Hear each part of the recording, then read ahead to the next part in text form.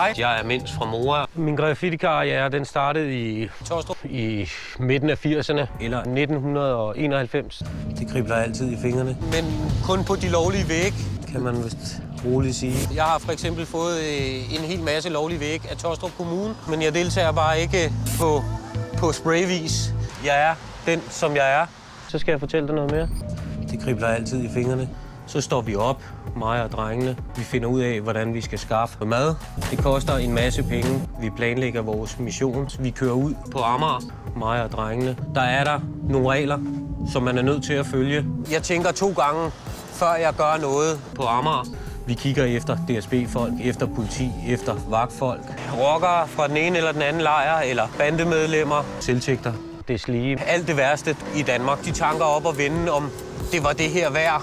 Om jeg kunne tilbyde min familie at være væk for juleaften på Amager. Vi finder ud af, hvordan vi skal skaffe 1,8 millioner doser. Men der tog jeg det ikke så seriøst, for der var ude i noget andet kriminalitet. Og det slige. Jeg tænker meget mere over konsekvenserne. Så ulovligt og på S-togene, der maler jeg ikke. Og det nægter jeg da. Jeg har taget mig en uddannelse af Taastrup Kommune. Vi vil være det til at dør.